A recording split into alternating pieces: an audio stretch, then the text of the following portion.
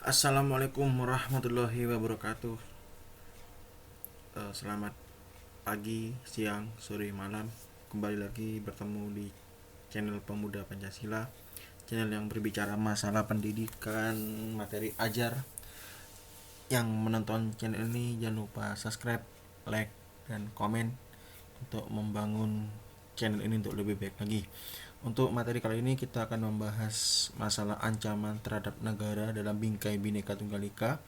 Materi PKN ini untuk khususnya biasanya untuk kelas 11 di tingkat SMK, mungkin di tingkat SMA juga sama. Oke, ketika kita bicara ancaman, maka ada beberapa hal yang harus kita waspadai dalam bingkai Bhinneka Tunggal Ika.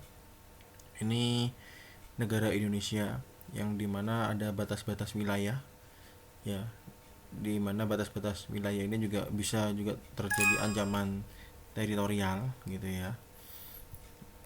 Oke, nih ancaman terhadap integrasi nasional ini ada dua aspek.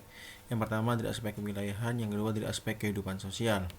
Dari aspek kewilayahan, Indonesia secara geografis diapit oleh dua benua, yaitu Asia, Australia, dan dua samudra, Samudra Hindia dan Pasifik, yang menyebabkan letak strategis wilayah Indonesia. Dari aspek kehidupan sosial, di sini Indonesia diapit oleh negara berpenduduk padat, ya. Terus ada berbagai macam ideologi yang ada di Indonesia, sehingga di situ nanti juga menyebabkan berbagai macam ancaman begitu. Jadi ada dua aspek yang penting. Di ancaman militer, di sini ancaman yang membahayakan kedaulatan nasional, kepribadian bangsa. Contohnya biasanya seperti agresi atau invasi, sabotase, spionase. Spionase ini agen rahasia gitu ya. Spionase itu agen rahasia. Terus pelanggaran wilayah oleh negara lain, ini biasanya pencaplokan batas-batas wilayah, pemberontakan bersenjata, gerakan separatis, aksi teror bersenjata. Ini ancaman di bidang militer, contoh-contohnya. Jadi ancaman di bidang militer biasanya kekuatan militer lah yang bergerak. Ancaman di bidang non militer nih biasanya dia ada 4. Ancaman di bidang ideologi, bidang politik, bidang ekonomi, dan bidang sosial budaya. Ini contoh-contohnya juga cukup berbahaya. Jadi solusinya mungkin kita perlu meningkatkan nasionalisme kita pada bangsa dan negara gitu. Nah, strateginya, ini strategi untuk mengatasi ancaman di bidang militer maupun di bidang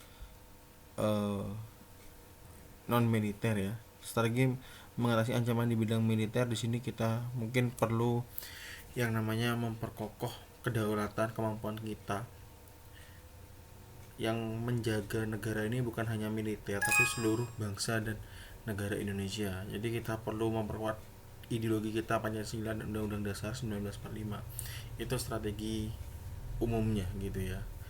Strategi khususnya ya di sini mungkin kita memperkuat Sishankam rata dengan cara untuk memperkokoh komponen utama TNI Polri, komponen cadangan ya, dan didukung oleh dukungan rakyat.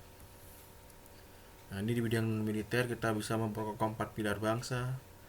Yang ini yang sangat lemah mungkin ya bagi masyarakat tentang 4 pilar bangsa.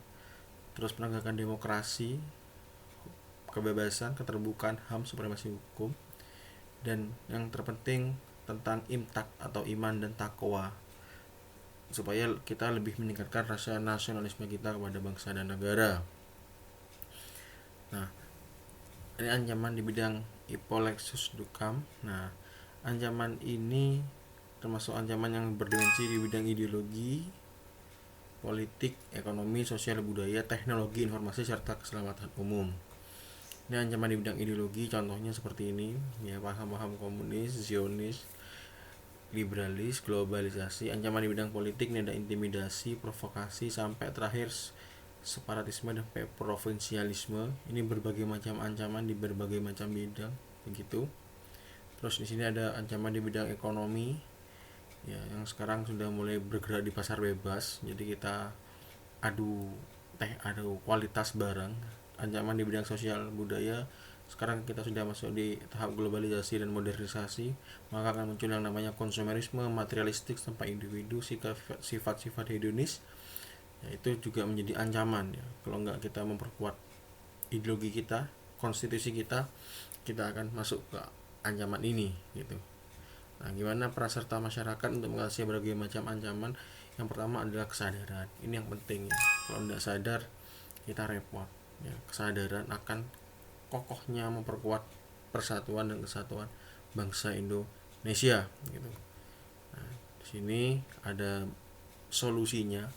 Yang pertama pluralisme atau tidak membeda-bedakan, ya, toleransi, ya itu solusinya. Terus memperkokoh kesadaran akan pentingnya integrasi sampai gotong royong di dalam masyarakat. Nah gitu ya, ini banyak sekali ya.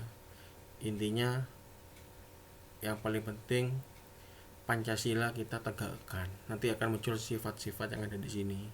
Maka ya, nah ini tantangan NKRI secara global. Tantangannya itu adalah kebinekaan ya, lemahnya toleransi mungkin ya tantangannya. Terus kekayaan alam yang melimpah nanti dimanfaatkan oleh berbagai macam pihak sampai penduduk Indonesia yang sangat padat ya.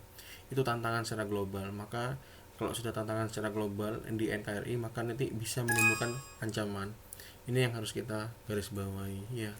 Oke, demikian penjelasan dari saya tentang ancaman NKRI. Mudah-mudahan bermanfaat. Sekian, wassalamualaikum warahmatullahi wabarakatuh.